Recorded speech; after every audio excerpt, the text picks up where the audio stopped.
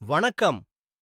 தமிழ் ஆன்மீகப் பயண குடும்பத்தினரே, நவம்பர் 10, 2025 இது தேய்பிறை சஷ்டி விரதம். முருகனின் அருளைப் பெறும் புண்ணிய நாள்.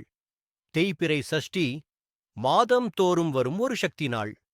இன்று விரதம் இருந்தால் அறிவு, ஆரோக்கியம் மற்றும் வெற்றி கிடைக்கும் என நம்பப்படுகிறது. விரதம் முழுவதும் தண்ணீர் அல்லது பழம் மட்டும் உட்கொண்டு மாலை நேரத்தில் அப்பன் முருகனை பூஜை செய்யலாம். முக்கிய நேரம் சஷ்டி திதி தொடக்கம் நவம்பர் 9 காலை 8:45, முடிவு நவம்பர் 10 மாலை 7:10.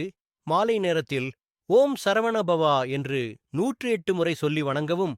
இன்றைய சஷ்டி விரதம் முருகன் மீது நம்பிக்கையுடன் இருந்தால் எல்லா தடை, பயம், நோய்களும் நீங்கி வெற்றி நிச்சயம் கிடைக்கும்.